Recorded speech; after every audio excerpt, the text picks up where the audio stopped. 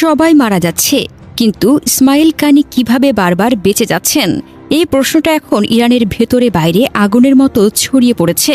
কানি ইরানের ইসলামী revolutionary guard ক্রপসের course ফোর্সের কমান্ডার, যিনি 2020 সালে কাশেম সুলাইমানির মৃত্যুর পর এই পদে আসেন। খামেনি নিজে তাকে পবিত্র প্রতিরক্ষা যুদ্ধের সবচেয়ে বিশিষ্ট কমান্ডারদের একজন বলে। আসসালামু আলাইকুম, বিসমিল্লাহির রহমানির রহিম। খেলা কোন লেভেলে চলতাছে, খেলা কোন লেভেলে চলতাছে।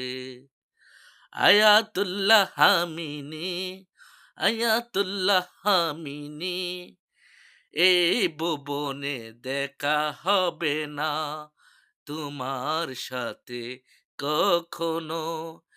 একদিন একদিন ঠিকই দেখা হবে তোমার সাথে জান্নাতের ফুল বাগানে।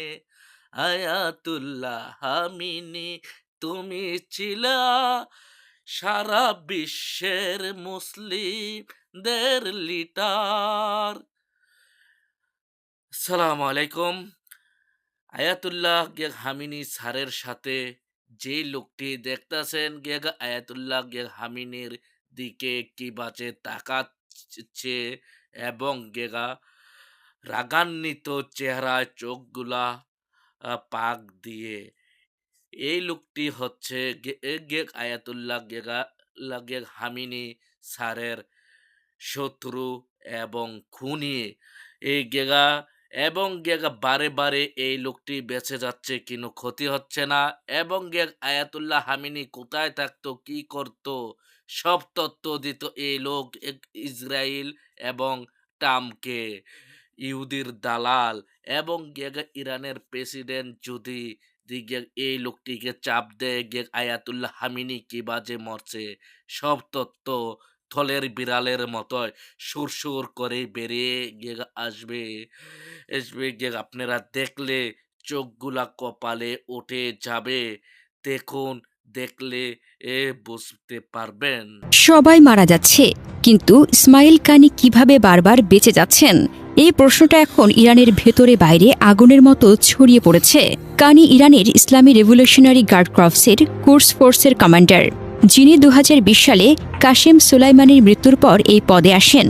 খামেনি নিজে তাকে পবিত্র প্রতিরক্ষা যুদ্ধের সবচেয়ে বিশিষ্ট কমান্ডারদের একজন বলে অভিহিত করেছিলেন, কিন্তু সাম্প্রতিক ঘটনায়, বিশেষ করে খামেনির মৃত্যুর পর কানির বিরুদ্ধে গুরুতর অভিযোগ উঠেছে যে তিনি একজন বিশ্বাসঘাতক, যিনি আমেরিকা ইসরায়েলকে গোপন তথ্য সরবরাহ করে খামেনির অবস্থান প্রকাশ করেছেন। একটি সিনিয়র ইসরায়েলি কর্মকর্তা নিশ্চিত করেছেন যে কানি খামেনির সাথে তার বাসভবনে সকালের মিটিংয়ে উপস্থিত ছিলেন, কিন্তু হামলার ঠিক আগে তিনি চলে যান। এটিকে অনেকে কাকতালীয় নয় বলে মনে করেছেন, বরং পরিকল্পিত বিশ্বাসঘাতকতা। একইভাবে 2024-25 সালের বিভিন্ন হামলায়, যেমন হিজবুল্লাহ নেতা হাসান নাসরুল্লাহর মৃত্যু, কানি উপস্থিত থেকেও অদ্ভুতভাবে বেঁচে যান, তখন অন্যরা নিহত হয়। 2024 সাল থেকেই কানির বিরুদ্ধে ইরানিরা অভিযোগ তুলছেন যে তিনি ইসরায়েলের গুপ্তচর, যিনি নাসরুল্লাহ, ইসমাইল হানিয়ে সহ অনেক নেতার মৃত্যুর পেছনে দায়ী। তাকে জায়নিস্ট স্পাই বলে অভিহিত করা হয়েছে। একটি রিপোর্টে বলা হয়েছে তিনি ইসরায়েলের যুদ্ধকক্ষে বসে তথ্য পাঠিয়েছেন, যা খামেনির মৃত্যু নিশ্চিত করেছে। আরও অভিযোগ যে খামেনির চারপাশের সব উচ্চ পদস্থ কর্মকর্তা নিহত হয়েছেন, কিন্তু কানি বারবার বেঁচে গেছেন, যা কাকতালীয় নয় বরং পরিকল্পিত। এক্স এবং সোশ্যাল মিডিয়ায় এই অভিযোগ ছড়িয়ে পড়েছে। উদাহরণস্বরূপ, একটি পোস্টে বলা হয়েছে কানি খামেনির অবস্থান ফাঁস করেছে, কেন তাকে লক্ষ্য করা হচ্ছে না। আরেকটিতে তিনি ইরানের শত্রুদের কাছে গোয়েন্দা তথ্য লিক করেছেন। ইরানের ইতিহাসে এমন বিশ্বাসঘাতকতার ছায়া নতুন নয়। মির্জাফরের মতো চরিত্র বারবার ফিরে আসে যখন জাতি দুর্বল মুহূর্তে থাকে।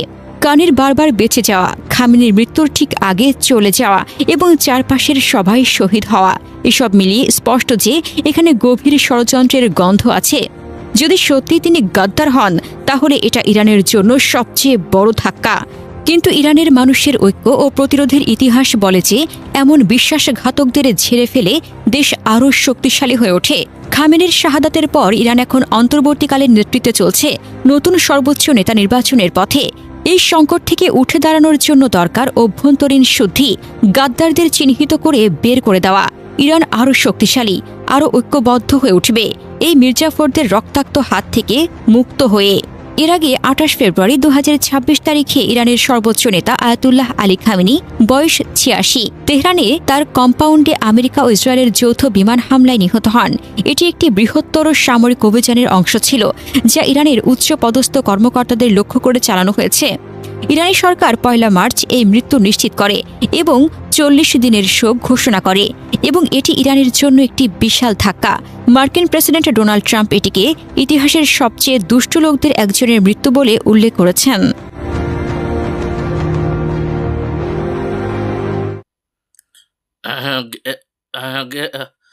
আসসালামু আলাইকুম আমার অডিয়েন্স গে ভাই বোনেরা, আপনারা সবই দেখছেন, সবই গিয়ে শুনছেন এই লোক কি বাজে বারবার বেঁচে যাচ্ছে এই বিস্ফোরণের হামলা থেকে।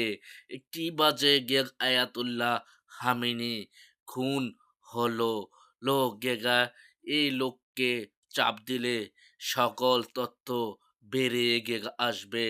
এ গেগ আয়াতুল্লাহ গেগ হামিনি স্যার গেগ অন্ধরে মতন এই এই বিশ্বাসঘাতককে বিশ্বাস করেছিল কুলাঙ্গারের বাচ্চাকে, গেগা মাদার বোটের বাচ্চাকে।